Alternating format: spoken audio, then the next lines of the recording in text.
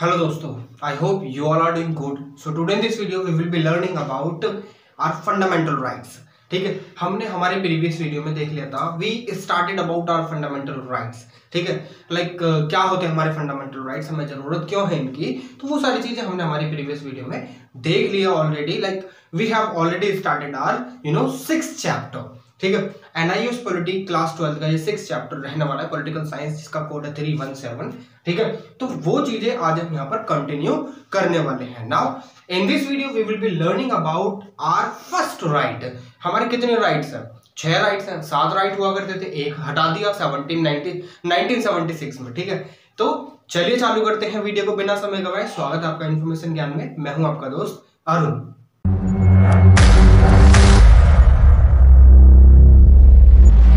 तो यहां पर हम बात करने वाले हैं हमारा फर्स्ट राइट. पहले तो मैं ये लिख देता हूं कि चैप्टर कौन सा है. चैप्टर है हमारा 6. ठीक है, चैप्टर 6 ये चल रहा है. ठीक है, चैप्टर 6 चल रहा है. नाम है इसका फंडामेंटल राइट्स. फंडामेंटल राइट्स हम पढ़ रहे हैं and in this video we will be learning about our first right, that is the right to equality. Right to equality. देखिए, मैंने आपको प्रीवियस वीडियो में बताया था कि हमारे जो ना फंडामेंटल राइट्स हैं, जो आर्टिकल 12 से 35 तक आते हैं. राइट, ये चीज आपको बता दी थी मैंने. ठीक है, आर्टिकल 33 में क्या आता है, आर्टिकल 34 में क्या आता है, आर्टिकल 35 में क्या आता है, वी हैव ऑलरेडी डिस्कस्ड. ठीक है, now we will be seeing और we will be discussing about certain fundamental rights, जो हमारे 6 राइट्स हैं. ठीक है, जिसमें से पहला हमारा ये आता है, जो कहीं ना कहीं आर्टिकल 14 से आर्टिकल 18 तक आता है. ठीक है, अब ये आर्टिकल 14 से आर्टिकल 18 तक जितने भी आर्टिकल आते हैं, ठीक है, मैं आपको आर्टिकल के साथ साथ जो है ना ये भी बताता चल रहा हूं कि मैं आपको जो है ना राइट्स के साथ साथ ये भी बताता चलता हूं कि हमारे कॉन्स्टिट्यूशन में कौन से आर्टिकल में कौन सा राइट लिखा हुआ है. ठीक है, तो हमारा जो पहला आता है ना, पहला आता है हमारा, कौन सा आता है फर्स्ट, इसमें मतलब आर्टिकल 14 के अंडर कौन सा आता है,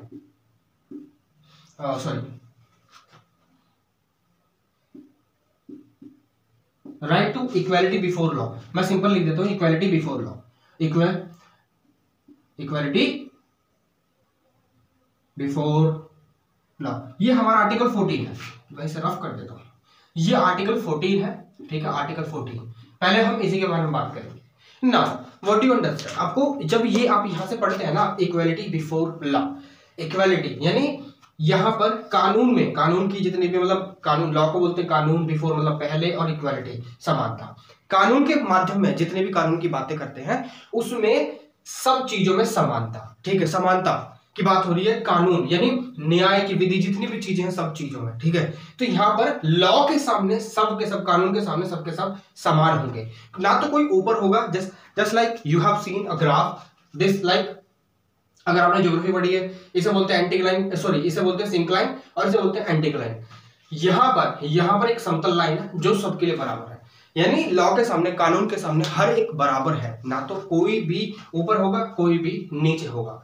बट ये सिंपल मैंने आपको मीनिंग बता दी है. ठीक है, ये मैंने सिंपल आपको मीनिंग बता दी. अभी हम डिटेल में चलेंगे आगे. ठीक है, बट यहां पर हम first and the foremost thing जो हमें यहां पर समझनी चाहिए, क्या ये रियलिटी में सारी चीजें हैं. अब मैं आपको थोड़ा सा रियलिटी में लेकर चलता हूं. देखिए, we have seen this term is written in our constitution. ठीक है, इक्वालिटी बिफोर लॉ और इक्वल प्रोटेक्शन ऑफ लॉ. ठीक है, दोनों ही चीजें हैं. इक्वल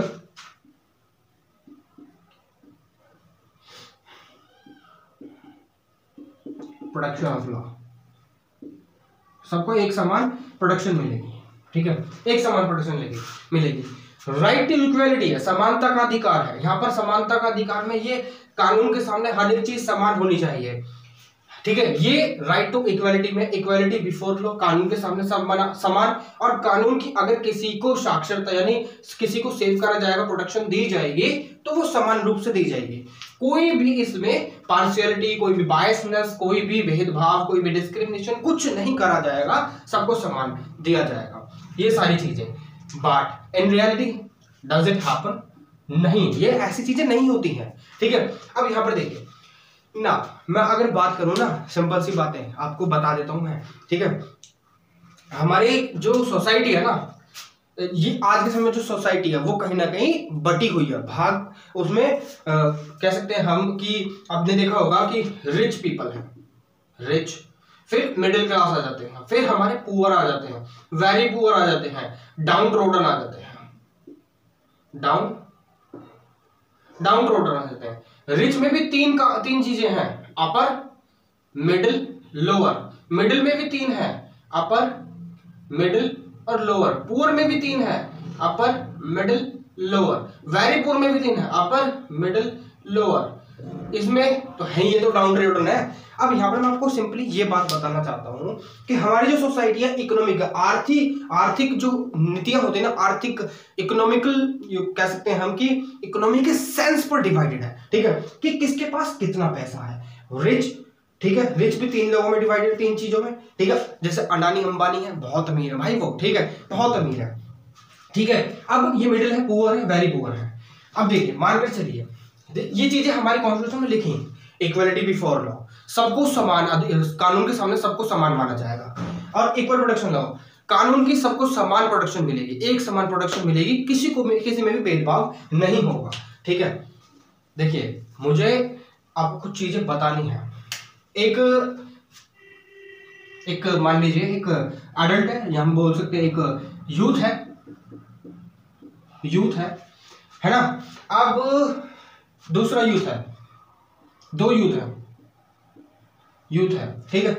अब यहां पर देखिए, ये वो रियलिटी है जो कहीं ना कहीं छुपी रहती है। आप अगर मूवी देखते हो ना, तो मूवी में सही दिखाया जाता है, मूवियां रियलिटी बयां करती हैं हमारे कंट्री की, ठीक है। मैं अपनी कंट्री की बात ही नहीं कर रहा हूं, मैं हर एक कंट्री की बात कर रहा हूं, ठीक है। वहां पर जो चीजें कागजों में दिखती है ना, वो अलग होती है, और चीजें जो रियलिटी में होती है वो अलग होती है। मैं इसी में चलूंगा थोड़ा सा, ठीक है। एक यूथ ने 10 रुपए चुराए हैं, लाइक इसने स्टील कर लिया, ठीक है। One youth has stolen 10 rupees, ठीक है। अब दूसरे ने भी 10 रुपीज चुराए हैं। अब देखिए, थोड़ा सा देखिएगा, ये बात है तो, ठीक है।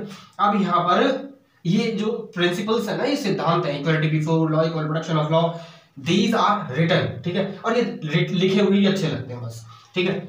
अब यहाँ पर इस यूथ के, पहले वाले यूथ के जो पापा हैं, ये है, मान लीजिए कोई कोई भी मान लीजिए, ठीक है, रिच है काफी, ठीक है। या फिर एक रेप्यूटेड पोस्ट पर है, ठीक है। अब यहां पर ये जो यूथ है, दूसरा वाला जो यूथ है, ये रियलिटी है जो आज के समय प्रैक्टिस होती है। ये प्रिंसिपल्स तो है, हम जानते हैं प्रिंसिपल है, ठीक है, कि लॉ के सामने किसी को भी तवज्जो नहीं दी जाएगी, कि सबको एक समान अधिकार दिए जाएंगे, ठीक है। अब इक्वल प्रोटेक्शन सबको दी जाएगी, ठीक है, और इक्वालिटी सबके लिए है, ठीक है। मगर डज इट रियली हैपन, ठीक है, कि अगर 10 रुपए यहां पर भी चुराए गए, यहां पर भी चुराए गए। अब आपको क्या समझ में आता है, ये देखिए, पहले मैं यहां पर क्लियर कर देता हूं। ये पुअर है, इसके जो पापा हैं, ये फैक्ट्री में काम करते हैं, फैक्ट्री में काम करते हैं, और ये अर्न करते हैं 10,000 पर मंथ, या हम बोल सकते हैं सिंपली 10K, ठीक है, 10K पर मंथ।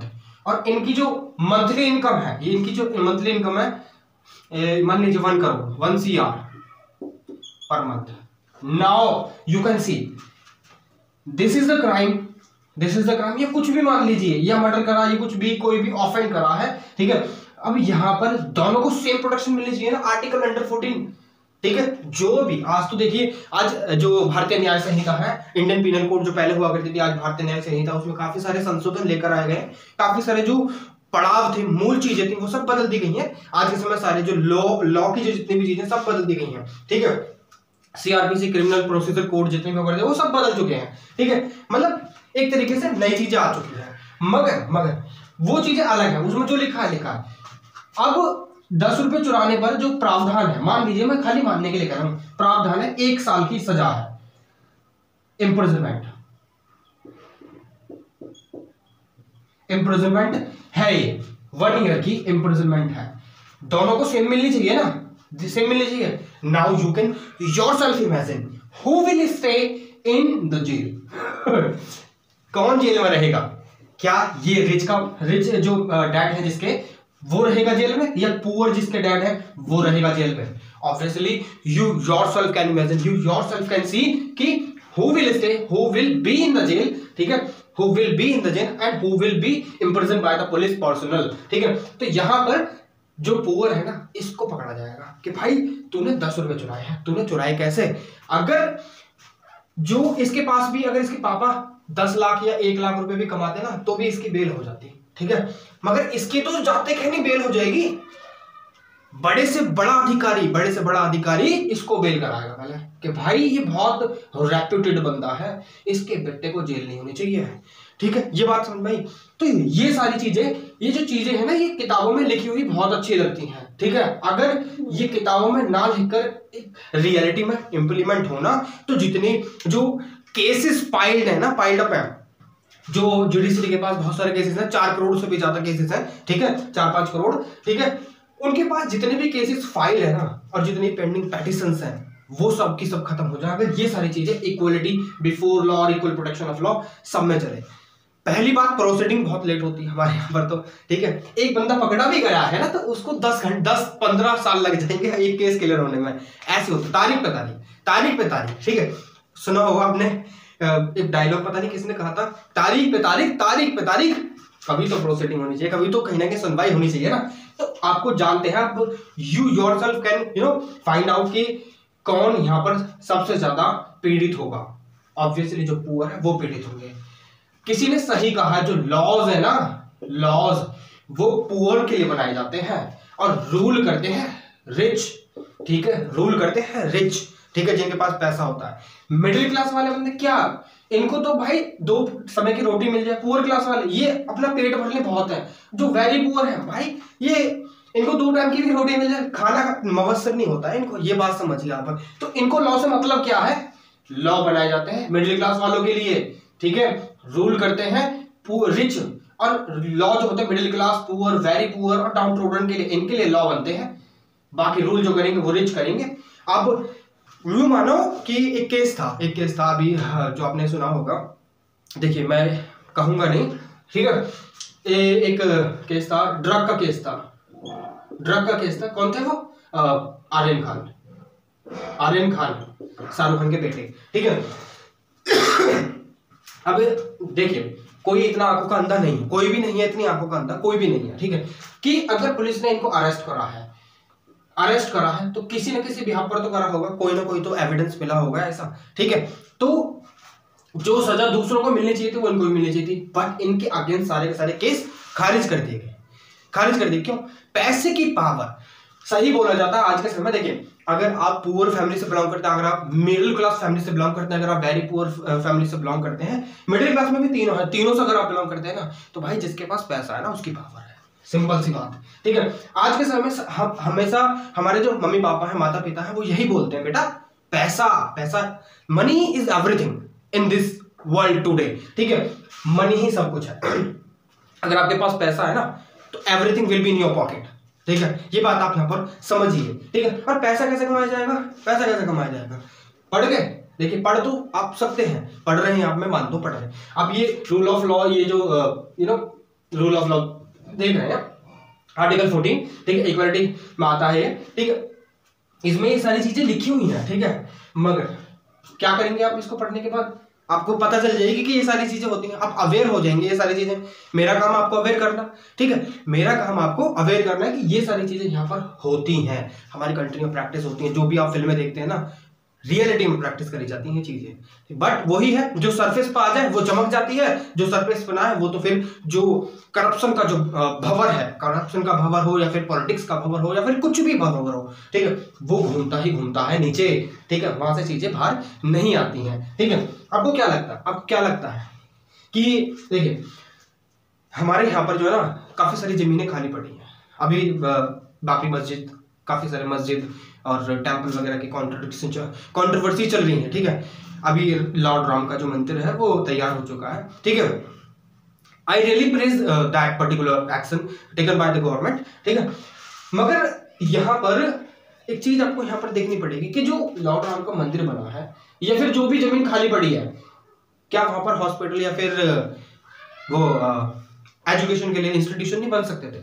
बन सकते थे, मगर वहां से जनता जो है ना पढ़ लिख जाएगी। अगर जनता पढ़ लिख गई तो क्या होगा, वो अपने अधिकार पहचान जाएगी और पॉलिटिक्स खत्म। सिंपल सी बात, ठीक है, पॉलिटिक्स खत्म हो जाएगी। इसीलिए देखिए लॉर्ड राम का जो टेंपल है, देखिए वहां पर वो टेंपल बन गया, वहां पर काफी सारा चंदा आएगा, ठीक है, चंदा आएगा, वो कंट्री की इकोनॉमी में लग जाएगा, मानते हैं, चलिए वो बहुत बढ़िया है।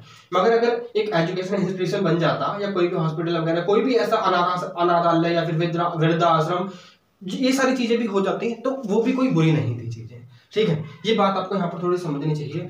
और हमारे देखिए, जब हमारे कंट्री में इतनी सारी जमीन है, हम कहते हैं ना कि हमारी पॉपुलेशन बहुत बढ़ रही है, ये इंडिया है भाई, ये इंडिया है, बहुत बड़ा इंडिया है, ठीक है। पॉपुलेशन वहां कॉन्सेंट्रेटेड है जहां पर रिसोर्सेज है, बाकी जमीन तो खाली पड़ी है ना। हमारे इंडिया के हिसाब से हमारे पास रिसोर्सेज बहुत है, भरमार है रिसोर्सेज की, भरमार है रिसोर्सेज की, कि हम अगर खाएंगे भी ना, एक लगकर खाएंगे तब भी खत्म नहीं हो पाएंगे, ठीक है। तो इसीलिए हमारे पास रिसोर्सेज बहुत है, बट वो ये आता कहाँ है, हाथ में कहाँ है। कॉन्सेंट्रेशन तो उनके पास है जो रिच फैमिली है, अडानी अंबानी, ठीक है, ठीक है, ए जो है उनके पास concentrated resources and they are using very wisely, ठीक है। तो यहाँ पर ये सारी चीजें कि जो इक्वलिटी बिफोर लॉ है ना, कुछ इस ऐसे तरीके से भी होती है, और यहाँ पर ये रियलिटी होती है, मगर लिखा हुआ ये है, ठीक है, इक्वलिटी बिफोर लॉ और equal protection of law, but actual में ये चीजें होती हैं। बाकी आप फिल्में तो देखते ही हैं, जो फिल्में दिखाती हैं वो रियलिटी दिखाती हैं, ठीक है।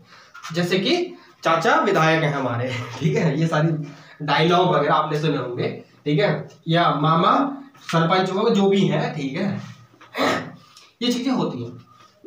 अब मैं तो खाली आपको ये बता रहा हूं कि ये सारी चीजें हैं, और ऐसे ऐसे हमारी जो कॉन्स्टिट्यूशन में लिखी हुई है। देखिए आर्टिकल 14 कहने के लिए बहुत बड़ा है, आर्टिकल 14 बहुत बड़ा है, but you do not have to dive into that, ठीक है। आपको उसमें ज्यादा घुसना नहीं है, ज्यादा नहीं है, आपको बस ये समझना है कि व्हाट आर्टिकल 14 सेज, ठीक है। तो यहां पर नेक्स्ट आता है हमारा आर्टिकल 15, ठीक है। आर्टिकल 15 क्या कहता है, क्या कहता है आर्टिकल 15, क्या कहता है भाई? सिंपली आर्टिकल 15 जो है ना, वो कहीं ना कहीं किसकी बात करता है?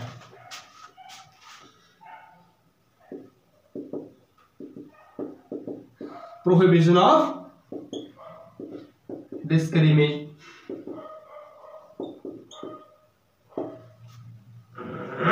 ये क्या बबुआ देख रहे हो, डिस्क्रिमिनेशन। नाउ डिस्क्रिमिनेशन इस चीज पर आने में पहले जो ना, मैं आपको कुछ चीज बता देता हूं।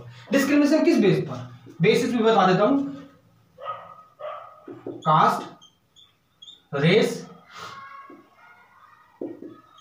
रिलीजन और प्लेस ऑफ बर्थ। और कौन सा था? प्लेस ऑफ बर्थ, कास्ट हो गया, रिलीजन हो गया, रेस हो गया, सेक्स, ठीक है, सेक्स। एक चीज देखिएगा, हाँ मैं आपको बस समझाऊंगा, समझिए इस चीज को, एंड सेक्स, ठीक है, एंड सेक्स। ये कुछ बेसिस है, ये कुछ बेसिस है जिसके ऊपर डिस्क्रिमिनेशन प्रैक्टिस होता है। But now what we are going to learn about our system, ठीक है। देखिए ancient we knew, ठीक है, हम जानते थे, and we know it, ठीक है। अब यहां पर हम जानते हैं, ठीक है, जानते थे, जानते हैं, जानते रहेंगे, ठीक है, पता चलती रहेगी। अर्लियर एंशिएंट में जो सोसाइटी थी वो डिवाइडेड थी on the basis of practice of क्या बोलते हैं उसे, काम को क्या बोलते हैं, काम, ठीक है, प्रोफेशन के ऊपर, ठीक है। तो कौन होते थे? ब्राह्मण्स, क्षत्रियास, वैश्यास, शूद्रास। अब ये थे भाई, ये थे, ठीक है। अब यहां पर देखिए, अगर आप हिस्ट्री के स्टूडेंट है ना, then you have a very clear cut idea that our society was divided on the basis of profession that was being practised by these certain varnas. और यहां पर वर्ण सिस्टम प्रैक्टिस करा जाता था, वर्ण, ठीक है, वर्ण यानी वर्णा जिसे हम बोलते हैं।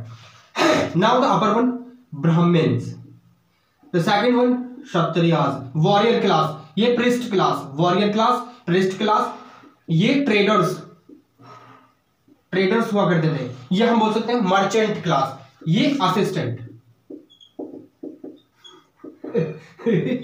बहुत हंसी आती है, देखिए जब आप पढ़ लिख जाते हैं ना और समझ जाते हैं चीजों को, तब आपको थोड़ा सा समझने के बाद कहा है कैसी सोसाइटी में हमने जन्म ले लिया, ठीक है, कि पता ही नहीं पड़ पा रहा कि कौन क्या है कौन क्या नहीं है, ठीक है। आज भी देखिए आपको पता ही है कि एंशिएंट टाइम में ये ब्राह्मण जो ना सबसे ऊपर हुआ करते थे, ब्राह्मण, ठीक है, फिर क्षत्रियास आया करते थे, वैश्यास आया करते थे, और ये थे हमारे असिस्टिंग क्लास, ठीक है। अब यहाँ से इसके नीचे भी आया करते थे, इसके नीचे भी आया करते थे, ठीक है, जिनको आउटकास्ट बोला करते थे, आउटकास्ट। गांधी जी ने इनको नाम दिया था हरिजन, हरिजन, हरिजन, ठीक है, हरि से जन्मे, ठीक है, यानी इनका सोसाइटी में तो कुछ काम ही नहीं है, अगर इनको मार भी दोगे ना तो भी कोई काम नहीं है, ठीक है, ऐसा बोला जाता था, ठीक है। अब क्या यहां पर फिर आपको एक चीज दिखती है, ह्यूमैनिटी। आज के वर्ड हमें जानने के बाद, ह्यूमैनिटी जैसे वर्ड हमें जानने के बाद ये पता चलता है कि हाँ भाई ह्यूमैनिटी भी कुछ चीज होती है, ठीक है। अब देखिए यहाँ पर ब्राह्मण जो होते हैं उनका काम हुआ करता था कि भाई साहब जो वेदास है ना उनको इंटरप्रेट करना, just like our Supreme Court of India. वो क्या करता सुप्रीम कोर्ट ऑफ इंडिया, ठीक है। आज के समय जो हमारे चीफ जस्टिस ऑफ इंडिया है वो डी.वाई. चंद्रचूड़ है, ठीक है, जिस समय मैं ये वीडियो रिकॉर्ड कर रहा हूं, ठीक है। अब यहाँ पर ब्राह्मण थे, उनका काम था वेदास को इंटरप्रेट करना, जितने भी वेदास उपनिषद हुआ करते थे, ठीक है। अब उनमें क्या लिखे थे, पनिशमेंट वगैरह लिखी थी, और जो यजन वगैरह होते हैं वो कैसे करे जाते हैं, वो सारी चीजें इनका काम था। जैसे कि सुप्रीम कोर्ट आज हमारा कॉन्स्टिट्यूशन को इंटरप्रेट करने के लिए खड़ा रहता है, ठीक है। wherever there is a name of any constitution, wherever there is a talk about our constitution, तो वहां पर हमारा जो एससी भैया है वो, यानी एससी यानी सुप्रीम कोर्ट, ध्यान रखिएगा, शेड्यूल कास्ट नहीं, सुप्रीम कोर्ट, ठीक है। अब यहाँ पर एससी जो भैया है, ठीक है, अब ये तो आपको पता है ना, एससी माने कभी कभी जो एससी एसटी जो होते हैं, ठीक है, ये भी है, ठीक है, और ओबीसी, और आपके जो शेड्यूल ट्राइब बोलते हैं, अदर बैकवर्ड क्लासेस बोलते हैं, और ईडब्ल्यूएस इकोनॉमिकली वीकर सेक्शन बोलते हैं, ठीक है, ये बता दूं आपको। अब यहाँ पर इनका तो काम आ गया, क्षत्रिय क्या थे, क्षत्रिय थे कि भाई साहब अगर कोई भी लड़ाई हो रही है ना, प्रोटेक्शन प्रोवाइड कराएंगे, तो ये क्षत्रियाज जिसे हम वॉरियर क्लास बोलते हैं, ठीक है, नाइट्स जिन्हें हम बोलते हैं, ठीक है। वैश्यास का काम था भाई ट्रेड करो जितना करना है, फ्लरिश करो, ठीक है। शूद्रस का काम क्या होगा था, भाई साहब तुम इन तीनों वर्णास को असिस्ट करोगे, अपनी असिस्टेंस प्रोवाइड कराओगे। अब ये तो यहाँ पर सारी चीजें चल रही थी। अब आप कहोगे सर आपने ये डिस्क्रिमिनेशन वाला पढ़ाया नहीं, इतनी सारी जो आप जानकारी हमें दे रहे हो क्या है, फालतू की चीजें ये तो नहीं भैया, फालतू की चीजें नहीं है। जब तक आपको ये सारी चीजें नहीं पता होगी ना, तो prohibition of discrimination on the basis of caste, religion, race, place of birth और सेक्स, ये सारी चीजें कैसे समझ पाओगे। यहां पर ये सारी चीजें प्रैक्टिस हुआ करती थी ना, तो ये जो आउटकास्ट और शूद्रास हुआ करते थे ना, इनके साथ डिस्क्रिमिनेशन करा जाता था, इनके साथ डिस्क्रिमिनेशन करा जाता था। अब in order to eliminate all these things in our modern world, what we brought our constitution framers, or we can say the constitution makers brought in this particular change. क्या आर्टिकल 15 के रूप में prohibition of discrimination कर दिया, basis of on the basis of caste, race, religion, place of birth और sex के ऊपर, कि जो यहां पर वुमेन्स भी थी ना, वुमेन जितनी भी हुआ करती थी वुमेन, उनके साथ भी डिस्क्रिमिनेशन हुआ करता। They were not allowed to recite or appreciation of Vedas, ठीक है। वुमेन को ये सारी चीजें अलाउ नहीं थी कि वो वेदास को सुने, अप्रिशिएट करें और उन्हें पढ़ें, उन्हें रीड करें, नहीं, कुछ भी अलाउ नहीं था। तो वुमेन्स को भी कहीं ना कहीं एक लिमिट में रखा गया था, और इन जो दो चीजें हैं ना इनको भी, ठीक है। आउटकास्ट को बोला जाता था चांडालाज, ठीक है, ये बात आपको समझ में आनी चाहिए, ठीक है, चांडालाज, ठीक है। अब यहाँ पर इन सारी चीजों को कहीं ना कहीं एलिमिनेट करने के लिए ये चीजें लेकर आए इन बेसिस पर, ठीक है, इसीलिए प्रोहिबिशन ऑफ डिस्क्रिमिनेशन। नाउ आपको ये सारे बैकग्राउंड पता चल गया। देखिए ये सारी चीजें मिडाइवल में भी चलती हैं पाजी, आपको ये सारी चीजें ध्यान रखनी पड़ेगी, मिडाइवल में चलती हैं। अब आते हैं मॉडर्न की तरफ, ठीक है। मॉडर्न में आपको बताता हूँ, देखिए मिडाइवल में काफी सारे एम्पायर हुआ करते। कृष्णदेवराय का नाम सुना है, विजयनगरा एम्पायर, बहमनी किंगडम हुआ करते थे। साउथ इंडिया में तो काफी सारे प्लेसेस हैं जहां पर अभी भी डिस्क्रिमिनेशन चलता है, और हमारे यहाँ पर उत्तर प्रदेश में आज के समय में जो सबसे ज्यादा डिस्क्रिमिनेशन होता है वो कुछ नॉर्दर्न स्टेट्स हैं, जैसे कि राजस्थान, ठीक है, मध्य प्रदेश और आपका यूपी और आपका हरियाणा, ये स्टेट्स हैं, इंक्लूडिंग अदर, ठीक है, इंक्लूडिंग अदर भी हैं, ठीक है। मगर ये मोटे मोटे स्टेट हैं जहां पर डिस्क्रिमिनेशन जो है एक्सटेंसिव स्केल पर प्रैक्टिस करा जाता है अगेंस्ट दी शेड्यूल्ड कास्ट और शेड्यूल्ड ट्राइब्स, और वी कैन से जिन्हें हरिजन बोला गया गांधी जी के द्वारा। अब यहां पर ये बात आती है, डिस्क्रिमिनेशन क्यों करा जा रहा है? एक गरीबी तो है, पुअर जिसके पास अच्छा घर नहीं है, अच्छा कम्युनिकेशन का साधन नहीं है, और अच्छा उसके पास क्लॉथ नहीं है, ठीक है। अब यहां पर एक चीज आपको यहां पर समझनी होगी, ये सारी चीजें कहां से खत्म होंगी? मनी कैसे आएगी? एम्प्लॉयमेंट कैसे जनरेट होगा? एजुकेशन कब आएगी? when they are made free, they are given certain rights, जब पुअर्स को कुछ राइट्स दिए जाएंगे, ठीक है। जितने भी हमारी कंट्री में एससीज हैं, एसटीज हैं, ठीक है, अब वो पुअर है इसलिए उनके पास ये सारी चीजें नहीं है। when a man is made to stand in front of you people, I'm talking to you all, जब आपके सामने 2-3 आदमी खड़े कर दिए जाए ना, सबने बूट पहने हैं, बूट शूट पहने हैं, you cannot recognize कि उसमें से गरीब कौन है और अमीर कौन है, और दूसरी चीज you cannot recognize कि कौन शेड्यूल कास्ट से बिलोंग करता है, कौन ब्राह्मण है, कौन क्षत्रिय है, कौन बुद्धिस्ट है, और कौन जोरास्ट्रिज्म है, कौन क्रिश्चियन है। You never can recognize this thing, ठीक है। तो इसलिए जो प्रैक्टिस करा जाता है, ये डिस्क्रिमिनेशन प्रैक्टिस करा जाता है, इसी को प्रोहिबिट करने के लिए आर्टिकल 15 का प्रावधान करा गया था कॉन्स्टिट्यूशन में हमारे में, ठीक है। और ये आज के समय में सबसे ज्यादा जो है प्रैक्टिस करा जाता है, discrimination against certain classes in our country, ठीक है, इन आवर कंट्री और पीपल वी कैन से, ठीक है। तो यहाँ पर ये सारी चीजें एलिमिनेट होनी चाहिए, नहीं होनी चाहिए, ठीक है। I know there are so many people in our country कि वो इन सबके फेवर में है कि डिस्क्रिमिनेशन सही है, ठीक है, जिसको जो बनाया है ना भगवान ने उसको वही करना चाहिए। यार ऐसा थोड़ी ना है, जब कोई चाहता है आगे बढ़ना, इवन आप देखिए कि जो 12th फेल एक मूवी आई थी अभी हाल फिलहाल में, शायद आपने देखी नहीं देखी, मैंने देखी, ठीक है। तो उसमें जो है एक ब्राह्मण फैमिली से लड़का था, देखिए उसकी फैमिली ब्राह्मण थी, छोड़ दीजिए वो सारी बातें कि वो ब्राह्मण है, छोड़ दीजिए, नहीं, वो एक पुअर फैमिली से बिलोंग करता था, उसने स्ट्रगल करी, वो आगे बढ़ा, ठीक है। एक चीज ये कि उसके साथ डिस्क्रिमिनेशन नहीं हुआ, बिल्कुल भी उसके साथ डिस्क्रिमिनेशन नहीं हुआ, बिल्कुल भी। क्यों? क्योंकि वो एक हायर जो तबका है ना, हायर क्लास से, कास्ट से बिलोंग करता था, डिस्क्रिमिनेशन नहीं हुआ, तो इसलिए उसको थोड़ा सा जो है आपको देख सकते हैं कि आप खुद देख सकते हैं कि उसको आगे बढ़ने के लिए रास्ते मिलते गए, ठीक है। वहीं पर एक डाउन रोडर होता क्या पीपल उसको अपने साथ बिठाते नहीं, क्यों नहीं बिठाते हैं? इसलिए तो नहीं बिठाते, ठीक है। इवन मिडिल क्लास में भी हम देख सकते हैं कि काफी सारे ऐसे बंदे हैं जो पुअर हैं, ठीक है। अब लोअर मिडिल क्लास की बात कर रहा हूँ मैं, पुअर की नहीं, ठीक है। अब वहां पर भी काफी सारे ऐसे बंदे हैं जो कहीं ना कहीं, ये तो खाली कास्ट के अगेंस्ट डिस्क्रिमिनेशन हो गया, कोई तो काफी सारी चीजें हैं जिसके अगेंस्ट डिस्क्रिमिनेशन होता है, प्लेस ऑफ बर्थ, जैसे कि उसमें एक और आपको देखा होगा कि जो बोर्ड हुआ करता था, जिसने बोर्ड ने इंटरव्यू लिया था 12th फेल में, तो उसने जब चंबल घाटी का नाम सुना, मध्य प्रदेश में है, ठीक है, चंबल का नाम सुना, तो वो थोड़े से दंग रह गए कि हाँ वहां से भी एक बंदा आ सकता है, चंबल डाकों का शहर, ठीक है। तो इसलिए प्लेस ऑफ बर्थ नहीं, सॉरी, हाँ, प्लेस ऑफ बर्थ के आधार पर भी आपसे डिस्क्रिमिनेशन होता है, ये आज के समय होता है, ये सारी चीजें प्रिवेल करती हैं, ठीक है। मैं बस आप लोगों से यही कहूंगा कि देखिए ये आपको अवेयरनेस प्रोवाइड कराने के लिए क्लास है, ठीक है। You do not have to discriminate anyone, आपको कभी भी डिस्क्रिमिनेशन नहीं करना चाहिए किसी के साथ, ठीक है। मानते हैं थोड़ी सी क्या नाम है चीजें अलग हो जाती हैं, बट हाँ यू हैव टू अंडरस्टैंड, ठीक है। At the end of the day we have only a place where we all have to go, ठीक है। वो क्या है?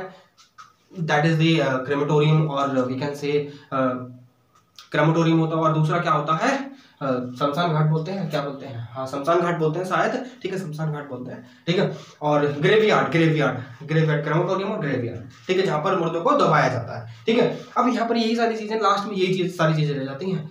लाइफ में कुछ ऐसा मत करो आप लोग, कुछ ऐसा मत करो आज के समय कि आप अपने फ्यूचर को बेहतर बनाने के लिए अगर आज कुछ गलत कर दोगे ना, whole life you will be regretting definitely, ठीक है। तो इसीलिए कल को ना रिग्रेट करें, तो इसलिए आज कुछ गलत मत करो, आज अच्छे से जियो।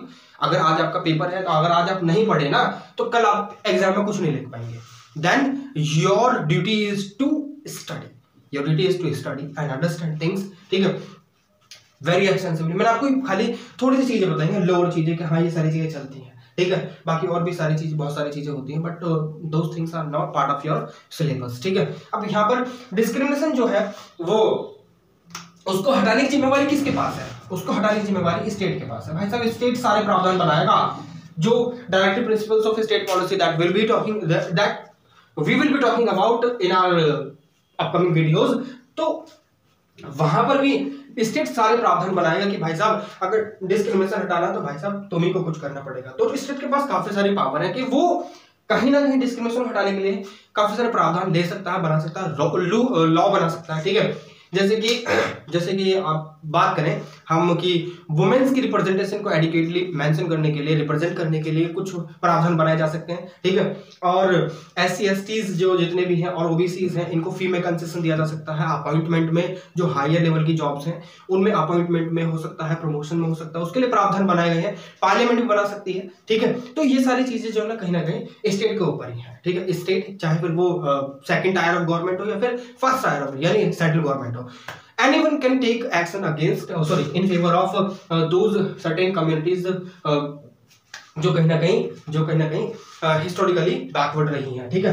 तो यहाँ पर डिस्क्रिमिनेशन का सिंपली मीनिंग ये है, जब मैसूर कोर्ट ने ये फैसला सुनाया था ना कि डिस्क्रिमिनेशन का जो मतलब है ना वो ये है कि जो कुछ जो कम्युनिटीज हैं वो हिस्टोरिकली उनको जो है ना कहीं पीछे रखा गया है, ठीक है। उनके साथ उनको डिसेबिलिटी महसूस कराई गई है। तो उन सारी चीजों को एक साथ एक स्ट्रीमलाइन में लेकर आने के लिए कहीं ना कहीं हमें स्टेट के पास पावर दी जाती है कॉन्स्टिट्यूशन से कि वो इन सारी चीजों को हटाने के लिए कहीं ना कहीं प्रावधान बनाए, ठीक है। ये बात आपको समझ में आ गई। चलिए अब आपका अगला आता है, इसे मिटा देता हूं, ठीक है। सिंपल सी चीजें हैं, जब आप खुद पढ़ेंगे मैं आपको नोट्स तो दे ही दूंगा, टेंशन मत लो, ठीक है। नोट्स मैं आपको प्रोवाइड करा दूंगा, you do not have to be worry, ठीक है, वरीड अबाउट दिस, ठीक है। चलिए मैं सबसे ज्यादा दिक्कत लगती है मुझे समझाने में। दूसरी चीज ये भी, देखिए अभी तकरीबन 10 एक दिन हो चुके हैं, ठीक है, और वीडियो एक भी अपलोड नहीं हुई थी, जस्ट बिकॉज कि मैं थोड़ा सा बीमार चल रहा हूँ, ठीक है। खांस के भी दिखा दिया मैंने, ठीक है, कफ हो रहा है, कफ है मुझे, ठीक है। निमोनिया भी हुआ था, बट हाँ इतना है कि मैं थोड़ा सा अच्छा महसूस कर रहा हूँ, ठीक है। दवाई वगैरह लिया है डॉक्टर से, बाकी सारे काम चल रहे हैं आराम से, ठीक है। चलिए नेक्स्ट, ये अभी इस समय बहुत ज्यादा रात हो रही है जिस समय मैं वीडियो रिकॉर्ड कर रहा हूँ, ठीक है। चलिए आगे बढ़ते हैं, ठंडी भी हो रही है। आगे आता है आपका आर्टिकल 16। आर्टिकल 16 ये क्या कहता है भाई साहब? राइट, पता है आपको कभी कभी मैं स्पेलिंग भूल जाता हूँ लिखनी, ठीक है, मतलब स्पेलिंग भूल जाता हूँ, क्या स्पेलिंग होती है? Right to equal opportunity.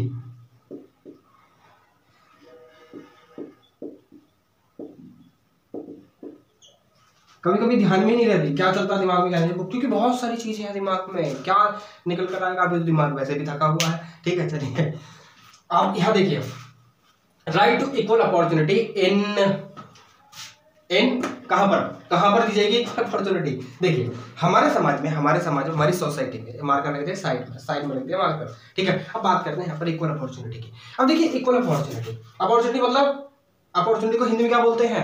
अधिकार, ठीक है, ना अधिकार नहीं, अपॉर्चुनिटी कुछ तो बोलते हैं, ठीक है, हिंदी में, ठीक है। इक्वल समानता का अधिकार, ठीक है, राइट टू इक्वालिटी। अपॉर्चुनिटी को बोलते हैं छूट, नहीं विशेष छूट, प्रिविलेजेस बोलते हैं उसे। अपॉर्चुनिटी को क्या बोलते हैं?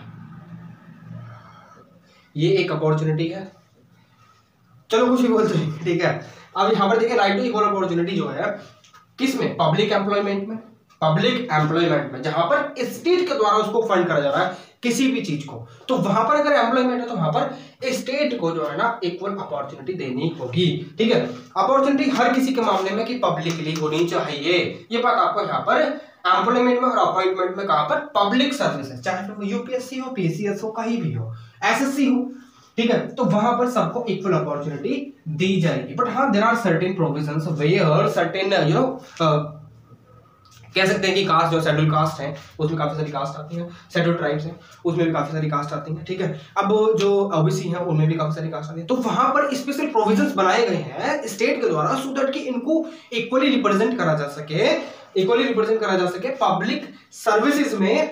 इसीलिए वहां पर उनको एक स्पेशल प्रोविजन है, तो वहां पर राइट टू इक्वालिटी अलग बात है। ठीक है, मगर हाँ सबको, अब देखिए मेरिटोक्रेसी की बात होती है, राइट टू इक्वल क्या है, इक्वालिटी ऑफ अपॉर्चुनिटी में पब्लिक मेरिटोक्रेसी की बात होती है। मेरिट, ठीक है, मेरिट के नाम से मुझे एक चीज याद आती है, अभी बात करी थी ना मैंने 12th फेल की, वहां पर चीटिंग हो रही थी, चीटिंग इन द सेंस की नकल चल रही थी वहां पर। ठीक है, तो वहां पर वो बंदा फेल हो जाता है 12th फेल, इसीलिए उसका नाम जो 12th फेल पड़ा, मनोज शर्मा नाम है उनका, जो अभी करंट में एक आईपीएस ऑफिसर भी है। ठीक है, उनकी जो वाइफ है श्रद्धा, उनका जो नाम था उनका जो सिलेक्ट हुई थी वो डेप्यूटी कलेक्टर के सिलेक्ट हुई थी मसूरी में। ठीक है, मसूरी कहाँ पर आप मुझे बताइए कमेंट बॉक्स में कमेंट कर। तो वहां पर चीटिंग चलती है, जहां पर चीटिंग चलेगी वहां पर मेरिटोक्रेसी कहां पर जाएगी, बैग में, मेरिटोक्रेसी बैग में चली गई अब। ठीक है, तो इक्वालिटी अपॉर्चुनिटी किसको मिलेगी भाई, चीटिंग वालों को। ठीक है, अब देखिए डीयू, क्या ये डीयू माउंटेन डीयू नहीं है भाई, क्या है माउंटेन डीयू कहते हैं मुझे बताओ, चलिए आप ही क्या बताओ। दिल्ली यूनिवर्सिटी दिल्ली यूनिवर्सिटी काफी सारी चीजें इक्वालिटी ऑफ अपॉर्चुनिटी के बारे में सोच के भी थोड़ी सी हंसी आ जाती है। ठीक है, दिल्ली यूनिवर्सिटी अभी सीबीसीएस, ये जो सीबीसीएस का एक सिस्टम चलता है ना, सेमेस्टर बेस्ड जो सिस्टम चला है, ठीक है, जिसमें 2 बार पेपर होंगे। दिल्ली यूनिवर्सिटी में पहले जो मेरिट लगा करती थी, वो जो मार्क्स थे ना, टोटल मार्क्स जितने भी ऑब्टेन करे गए थे छात्रों के द्वारा, चाहे फिर वो आउट ऑफ द स्टेट हो, दिल्ली से बाहर के हो, दिल्ली में हो, ठीक है, तो उसके बेसिस पर मेरिट लगा करती थी। बट कोई अगर बंदा चीटिंग कर रहा है, ठीक है, और उसके आ रहे हैं 99%, वाओ, क्या बोलेंगे साहब, वाओ यार तेरे तो मजा आ गया, 99% है।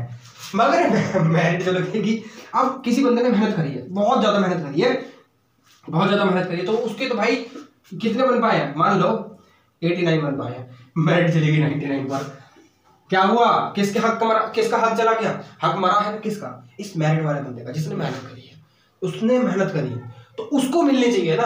यहाँ राइट टू इक्वल अपॉर्चुनिटी का मतलब यही है कि भाई साहब कि मेरिट की बात करते हैं, राइट टू इक्वल अपॉर्चुनिटी में मेरिट कहाँ गई, यहाँ पर दिल्ली यूनिवर्सिटी में ये चीज आ गई। अब इसलिए दिल्ली यूनिवर्सिटी ने एक जो है क्या बोलते हैं उसे, common university entrance test, CUET का प्रावधान लेकर है कि भाई साहब इसे क्रॉस करो, इसमें अपने नंबर लेकर आओ, रैंक लेकर आओ, तब आपको जगह मिलेगी। अब बात हो रही है मेरिट की, अब बात हो रही है, इसलिए तुम्हें नहीं तो चीटिंग करके तो कोई भी 99% ले आएगा। ठीक है, चीटिंग ज्यादातर जो ना मैंने जहां तक देखा है अपनी बताओ, ठीक है, अपनी बताता हूँ। जब मैं क्या नाम है, कौन सी क्लास में था, मैं 7th क्लास में था, तब मैंने चीटिंग करी थी।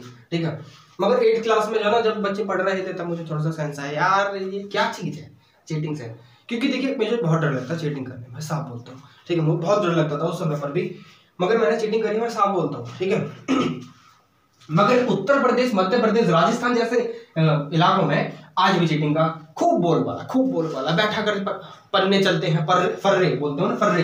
झारखंड, छत्तीसगढ़ जैसे एरिया में आज भी चीटिंग होती है, नो डाउट चीटिंग आज भी होती है। लोगों को क्या चाहिए, 12th की मार्कशीट, जैसे कि 12th हो गई, 12th, हाँ भाई बंदे ने 12th कर रखी है, ये कर रखा है, वो कर रखा है, नहीं पता। आज के समय में जो एक लड़का है उसकी जो कीमत है वो कहाँ से पता चलती है कि वो अपनी लाइफ में कितना हकदार है। ठीक है, उसने अपनी लाइफ में कितना कर रखा है। इफ यू आर एज 21 या मान लो 24 और आपके मम्मी पापा कहते हैं कि भाई साहब शादी कर लो, शादी कर लो जी, शादी कर लो, मगर जो लड़की का बाप है ना उसने 50 साल में 15 करोड़ बनाए हैं, 50 साल में 15 करोड़ बनाए हैं। वो लड़की का बाप आपसे 24 साल की उम्र में ये एक्सपेक्ट करता है, तो ये एक्सपेक्ट करता है कि आप 24 साल की उम्र में 20 करोड़ कमाओ। पॉसिबल है क्या? नहीं है। ठीक है, तो इसीलिए आज के समय जो लड़कों की हालत खराब है। ठीक है, मतलब जॉब तो है नहीं, एम्प्लॉयमेंट की धक्कार है बिल्कुल, मतलब एम्प्लॉयमेंट तो क्रिएट हो ही नहीं रहा। तो यहाँ पर देखिए एक चीज मैं आपको बताऊं, directly principles of state policies क्या करती हैं, वो कहीं ना कहीं जो पार्टीज होती है, पॉलिटिकल पार्टीज, उनको ये पावर देते हैं कि वो अपनी मैनिफेस्टो में कुछ भी वादे कर सकती हैं। वो आपको तो ये पता ही है कि directly principle of state policy में ये लिखा है कि डिग्निफाइड लाइफ जी सकते हैं हम। ठीक है, फंडामेंटल राइट तो जस्टिसएबल है, उनके उल्लंघन होने के बाद हम सुप्रीम कोर्ट पहुंच जाएंगे। But can we approach to the Supreme Court when are directly principle of state policies are being violated by certain political parties? No, never, we cannot go, क्योंकि वो अनजस्ट है, उनको अगर वायलेट भी होते हैं वो हम नहीं जा सकते, और वो उन्हीं चीज का फायदा उठाती है पॉलिटिकल पार्टीज, वहां से मुद्दे वो निकालती हैं, मैनिफेस्टो तैयार करती हैं, हम ये करवाएंगे, हम वो करवाएंगे, हम वो करवाएंगे, हम ये, सब खत्म, कुछ नहीं होता है at the end of the day. कहते हैं ना 4 साल 6 महीने खाओ, 6 महीने खाओ और इलेक्शन में जीत जाओ, फिर 6 महीने, फिर 4 साल 6 महीने के लिए गायब हो जाओ। ये चलता है आज के समय। आज देखिए हाल फिलहाल में इलेक्शन कमीशन ऑफ इंडिया को जो है ना, जो हमारी जो करंट रूलिंग गवर्नमेंट है, ठीक है, मैं मानता हूँ काफी सारे जो कदम है, जैसे कि प्रधानमंत्री जो आवास योजना है, प्रधानमंत्री उज्ज्वला योजना है, बहुत सारी स्कीम है, मातृ वंदना योजना है, ठीक है, बहुत सारी स्कीम है, मनरेगा में काफी सारे रिफॉर्म्स भी आए हैं, डायरेक्ट डीबीटी का ट्रांसफर हुआ है, ठीक है, तो वहां पर जो है काफी सारे अच्छे जो चीजें भी, जनधन अकाउंट की बात करें, ठीक है, फाइनेंशियल लिटरेसी की बात करी गई है, वहां पर फाइनेंशियल लिटरेसी के जो संदर्भ में काफी सारे जो स्टेप्स लिए गए हैं। मगर हाँ, फिर भी मैं ये कहूंगा कि जो अनएम्प्लॉयमेंट का रेट है ना, वो आज भी कंट्री में अबव 7 और 8 है। बेशक कागज में कुछ भी दिखाओ, बेशक कागज में, मैंने एक कहते हुए सुना था, एक बच्ची को, बच्ची बोल सकते हैं, लड़की बोल सकते हैं, गर्ल बोल सकते हैं, फीमेल बोल सकते हैं, ठीक है, वो ये कह रहे थे कि पढ़ो लिखो, ठीक है, पढ़ो लिखो, पढ़ोगे लिखोगे, हमें पब्लिक एम्प्लॉयमेंट नहीं चाहिए। पब्लिक कुछ है बच्चे जो ये कहते हैं कि हम जो ना आईपीएस बनेंगे, आईपीएस, आईएएस, और काफी सारी जो पब्लिक एम्प्लॉयमेंट है एसएससी से जाएंगे, तो वो करते हैं, हम उनको अनएम्प्लॉयड नहीं कर सकते, वो जब तक मेहनत कर रहे हैं, मगर एक समय बाद वो भी तो खाली बैठेंगे ना, वो अनएम्प्लॉयड कहलाएंगे। First they have to take skill in their hands, ठीक है, first thing they have to take skill in their hands, ठीक है। वो जो लड़की थी उसने ये कहा था कि जो पढ़ो लिखो, क्यों मोबाइल में लग रहे हो, ये वगैरह, बहुत सही बात है। आज के समय जो यूथ है ना, मोबाइल में लग रहा था आधे से ज्यादा। मोदी गवर्नमेंट क्या करेगी? मोदी गवर्नमेंट करेगी क्या? वो नौकरियां निकाल सकती है, नौकरियां निकाल सकती है। आज के समय जो रोबोटिक्स बढ़ रही है ना, रोबोटिक बात जानते हैं आप, बहुत सारी चीजें जो ना आज के समय रोबोट से कराई जा रही है, तो वहां पर हमारी जो जॉब है, हमारे जो यूथ है वो यूं घूम रहे हैं। मैं भी यूथ में आता हूँ, ठीक है, आप भी यूथ में आओगे, ठीक है। तो यहाँ पर ये सारी चीजें जो है आपको समझनी होंगी कि जो मोबाइल में लगना कोई वो नहीं है कि क्या नाम है, खाली बैठा इंसान जो मोबाइल में ही लगेगा। मगर फिर भी मैं ये कहूंगा कि जो इंसान मोबाइल में लगे वो ठीक है, मगर जो इंसान ऑलरेडी जॉब ढूंढ रहे हैं, उनके पास स्किल भी है, तब भी उनको जॉब नहीं मिल रही है, ठीक है। अब जैसे कि एक इंटरव्यू में मोदी जी ने कहा था कि जो एक पकौड़े बेचने वाला एम्प्लॉयमेंट है ये, ठीक है, अगर पकौड़े बेचने वाला एम्प्लॉयड है ना, अगर वो अपनी रोजी रोटी यहाँ से एक ले रहा है, मगर ये डिग्निफाइड है क्या? नहीं।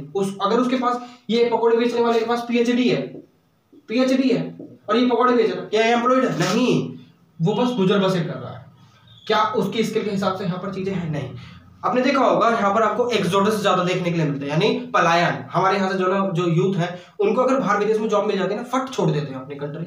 कोई अपनी कंट्री में नहीं रहना चाहता। बिलियनर जितने भी हो हमारी कंट्री छोड़ के जा रहे हैं। अप टू द मार्क जो सैलरी का लेवल होता है ना, वो यहाँ पर नहीं प्रोवाइड करा जा रहा। क्यों नहीं करा जा रहा?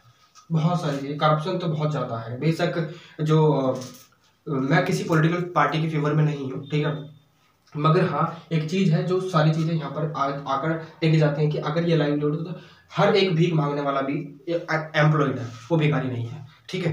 ये बात आपको यहाँ पर समझनी होगी। तो ये पूरा जो राइट टू अपॉर्चुनिटी था, इक्वालिटी, ठीक है। आगे चलते हैं, ठीक है, चलते हैं आगे। मैं बस आपको जो रियलिटी है ना, देखिए मैं ये कहाँ से कहाँ से सीखता हूँ पता है, ये सारी चीजें। पहली चीज मूवी, देखिए मूवीज देखने का बहुत शौक है मुझको, ठीक है, मैं मूवी बहुत ज्यादा देखता हूँ, ठीक है। ऐसे नहीं है कि मैं पढ़ता नहीं हूँ, नहीं पढ़ता भी हूँ, ठीक है, मगर मूवी भी देखता हूँ, नई नई मूवी, ठीक है, नई नई मूवी देखता हूँ। मगर हाँ मैं तो ये आपको यही रिकमेंड करूंगा, जब तक आपके पेपर नहीं हो जाते तब तक आप खाली क्या करो, आप खाली पढ़ो, ठीक है। अब आता है आर्टिकल 17, आर्टिकल 17 abolition of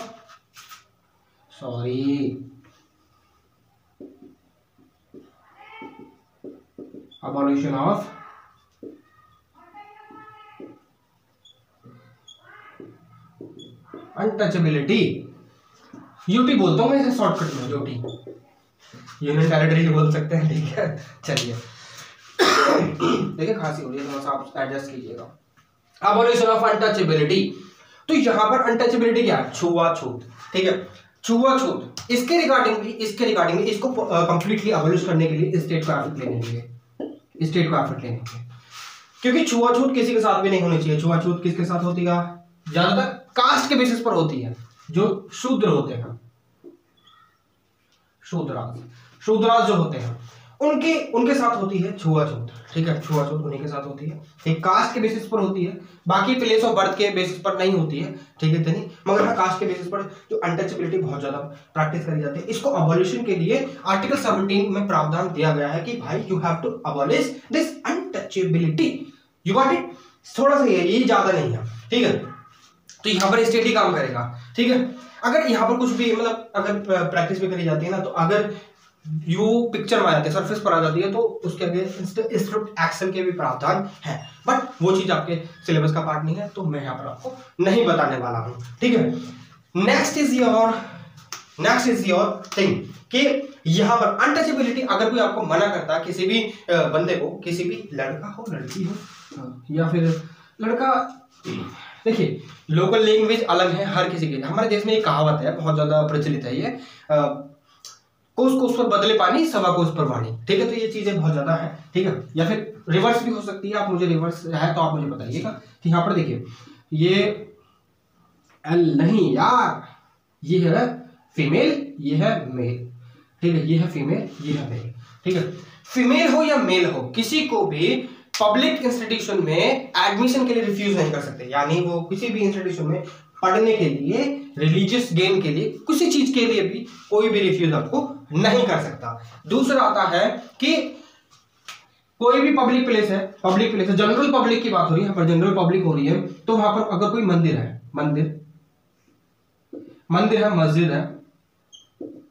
मस्जिद है, तो वहां पर आपको प्रोहिबिट नहीं करा जाएगा, ठीक है, प्रोहिबिट नहीं करा जाएगा, आपको रोका नहीं जाएगा भाई साहब, आप यहाँ पर जा सकते हो और वर्शिप कर सकते हो।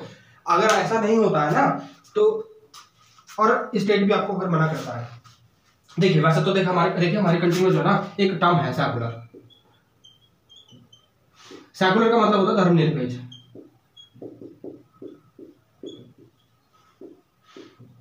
देखिए गलत भी हो सकता है, ठीक है, हिंदी में सेकुलर का मतलब धर्मनिरपेक्ष। धर्मनिरपेक्ष का मतलब कंट्री कोई पर्टिकुलर रिलीजन नहीं है, बट नाउ आज के समय जो गवर्नमेंट है, मोदी गवर्नमेंट, वो फॉलो कर रही है हिंदू धर्म को, मगर हम तो सारे जो धर्म है उनको एक साथ एक लाइन में लेकर चलते हैं ना। तो यहाँ पर वैसे तो देखिए इंडिया पूरे वर्ल्ड में जो सबसे पुराना जो धर्म है वो यही हिंदू धर्म है, ठीक है, हिंदू धर्म है। और देखिए यहाँ पर दूसरी बात ये कि जो हमारी रूलिंग गवर्नमेंट है, वो जो राम टेम्पल, जैसे कि गवर्नमेंट के द्वारा उनका उद्घाटन करा जा रहा है राम टेम्पल का, जो लॉर्ड राम का जो टेम्पल है, वहां पर गवर्नमेंट को हस्तक्षेप नहीं करना चाहिए था मेरे ख्याल से, ठीक है। वहां पर उसका वो खुद का ट्रस्ट है, वहां पर पुजारी भी है, वो कर सकते हैं खुद अपनी चीजें, ठीक है। इन्विटेशन दिए जा रहे हैं, जैसे कंट्री का एक पर्टिकुलर रिलीजन हो, कोई नहीं, कंट्री का कोई भी रिलीजन नहीं है, you have to take this in your mind, you have to आपको अपने दिमाग में बिठाना, कंट्री का कोई भी रिलीजन नहीं पर्टिकुलरली, ठीक है। ये बात आपको यहाँ पर देखना पता रहनी चाहिए कि हमारी कंट्री सेकुलर है, ठीक है, धर्मनिरपेक्ष है, यहाँ पर सारे रिलीजन पाए जाते हैं, सारी लैंग्वेज बोली जाती हैं, ठीक है। तो इसीलिए we can not say that we have a particular religion, ठीक है, as our ruling government is promoting this Hindu religion, ठीक है। नहीं, रूलिंग गवर्नमेंट को सारे रिलीजन को एक साथ एक जैसी तवज्जो देनी चाहिए, ठीक है, मैं ये कहूँगा, ठीक है। बीइंग अ टीचर, ठीक है, जितना मुझे समझ में आता है यही आता है, ठीक है। बेशक मैं हिंदू हूँ, ठीक है, मैं मानता हूँ, ठीक है। अब यहाँ पर जो इंसल्टिंग शेड्यूल कास्ट के साथ आप जो ना कोई भी जो शूद्रास है उनके साथ अनटचेबिलिटी प्रैक्टिस नहीं कर सकते, जैसे कि आर्टिकल 15 में दिया हुआ है, ठीक है। आर्टिकल 15 में डिस्क्रिमिनेशन दिया हुआ है, इसमें अनटचेबिलिटी दिया हुआ है, तो अनटचेबिलिटी के साथ प्रैक्टिस नहीं होनी चाहिए शूद्र जितने भी हैं, एससी कास्ट, ठीक है। अब यहाँ पर जो अगर आप अनटचेबिलिटी को प्रैक्टिस भी करते हो और प्रैक्टिस करने के साथ उसे दूसरों को भी बढ़ावा देते हो ना, तो आपके अगेंस्ट बहुत ज्यादा स्ट्रिंजेंट पनिशमेंट का प्रावधान है, ठीक है। 500 रुपए और 500 रुपए है, और देखिए बताता हूं आपको जस्ट सेकंड, ठीक है।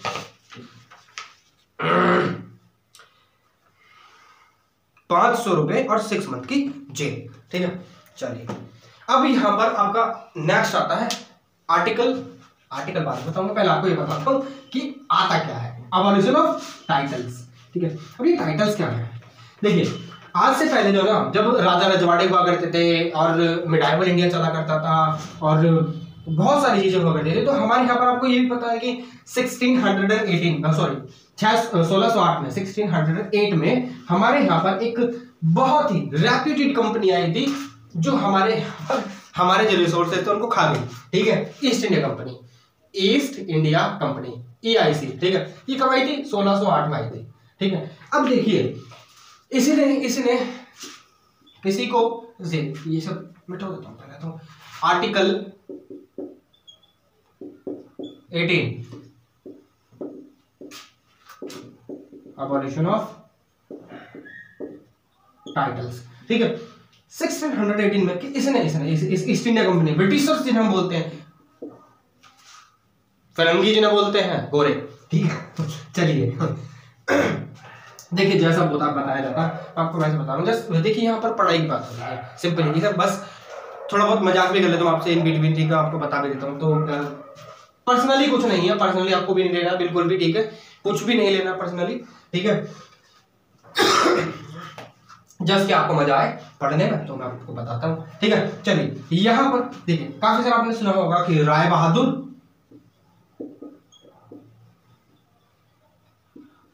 साहब पधार रहे हैं, राजा अधिराजा पधार रहे हैं, और काफी सारे जो टाइटल हुआ करते थे, कौन से राय बहादुर हो गया, राय साहिब हो गया, ठीक है, और कौन से हुआ करते थे, दीवान बहादुर, ठीक है, दीवान बहादुर और राजा किंग, जैसे कि जब सभा में पधारा करते थे, मतलब आया करते थे, तो उनकी प्रशंसा में एक शंख बजाया जाता था, फिर उनका नाम लिया जाता था कि राजा अधिराजा, राजाओं के राजा, ये वो, तो बहुत सारे। अब ब्रिटिशर्स ने भी ये प्रथा जो है चालू रखी और काफी सारे लोगों को ऐसे टाइटल प्रदान कर दिए, तो इन टाइटल्स का अबॉल्यूशन हो गया इस आर्टिकल 18 के तहत। आर्टिकल 18 के तहत कोई भी टाइटल कोई भी अपने नाम के आगे नहीं लगाएगा, सबको एक समान माना जाएगा। अगर मेरा नाम अरुण है, अरुण शामू है, ठीक है, तो यहां पर मेरा नाम अरुण शामू ही रहेगा। I can not use Rai Bahadur, I can not use Diwan Bahadur, I can not use king Arun Shamu, नहीं, ये सारी चीजें, ठीक है, सिंपली ये सारी चीजें रहेंगी, ठीक है। मगर हाँ फिर प्रावधान आया एक चीज का कि जो जैसे कि परमवीर चक्र है, कुछ भी मेडल है, जैसे कि देखिए जो कर्नल होते हैं, कर्नल, ठीक है, और ब्रिगेडियर और या फिर आपका कोई भी मानो, ठीक है, कोई भी मानो, ब्रिगेडियर हो, कर्नल हो या फिर मेजर हो, कोई भी, ये टाइटल अलग है, ठीक है, ये टाइटल अलग है। मेजर अरुण शामू, कर्नल अरुण शामू, ठीक है, तो ये मिलिट्री में टाइटल है, ठीक है। मगर यहाँ पर कोई भी टाइटल नहीं है। अब गवर्नमेंट के द्वारा देखिए कुछ पुरस्कार भी दिए जाते हैं, परमवीर चक्र, पद्म भूषण, भारत रत्न। अगर कोई भी बंदा इंडिया में अगर इनको एज ए टाइटल यूज करता है ना, पद्म भूषण अरुण शामू, ठीक है, भारत रत्न अरुण शामू, तो उनका ये जो राइट है, उनके जो पुरस्कार है वो उनसे छीन लिए जाएंगे और उनको बेदखल कर दिया जाएगा इन पुरस्कारों से, ठीक है। तो ऐसा कुछ भी नहीं है, आपको टाइटल कभी भी यूज नहीं करना है, तो ये सारी चीजें भी होती हैं। तो ये पूरी वीडियो थी आपके राइट टू इक्वलिटी के बारे में। राइट टू इक्वलिटी जो 14 से 18 तक आता है, मैंने 18 तक आपको पढ़ा दिया। नेक्स्ट वीडियो में बात करेंगे राइट टू, किस वीडियो में बात करेंगे, अगली वीडियो में बात करेंगे हम समानता का अधिकार, तो देख लीजिए, राइट टू फ्रीडम के बारे में बात करेंगे, यानी फ्रीडम, स्वतंत्रता का अधिकार, ठीक है, राइट टू फ्रीडम। कहां से कहां तक आता है, कहां से 19 से लेकर 22, ठीक है। चलिए तो इस वीडियो में तो ये पूरा हमने देख लिया राइट टू इक्वालिटी। आपको कैसी लगी video, do let me in the comment box. And you have to understand one thing, nothing is personal in this world. आपको कुछ नहीं साथ लेकर जाना है। लाइफ को इतनी आसानी से जियो कि कल आसान रहे, बस इतनी बात ध्यान रखो। लाइफ इतनी आसान से जियो आज के समय में, आज जो जी लो ना, आज अच्छा करो, कल भी अच्छा होगा। आपको तो पता ही है कि अगर आज आप नहीं पढ़ोगे तो कल परिणाम बुरा ही होने वाला है, ठीक है। तो इसलिए जो कर्म है ना हमारे, वही आगे आने वाले फ्यूचर को डिसाइड करते हैं। तो गांधी जी ने यही कहा कि व्हाट यू सो, एक मुहावरा था proverb, so shall you reap वाला, एज यू सो जो आप बोओगे, सो शैल यू रीप, ठीक। वैसे ही आप काटोगे। जो आपको आज बोना है वो डिसाइड कर लो आप, ठीक है, वही आपको आगे काटने के लिए मिलेगा। तो ये वीडियो थी पूरी राइटिंग क्वालिटी के बारे में। तो आपको कैसी लगी video, do let me know in the comment box. अगर आपको कोई भी क्वेरी रहती है, do not forget to ask your queries. आप मुझसे पूछ सकते हैं डायरेक्टली, नीचे कमेंट बॉक्स में आपको लिंक मिल जाएगा व्हाट्सएप का मिल जाएगा, इंस्टाग्राम का मिल जाएगा और टेलीग्राम का मिल जाएगा। टेलीग्राम पर आप मुझे सर्च कीजिए @अरुण शानू के नाम से, आप मुझसे कनेक्ट हो जाएंगे डायरेक्टली। आप मुझसे अपने सवाल पूछ सकते हैं, ठीक है।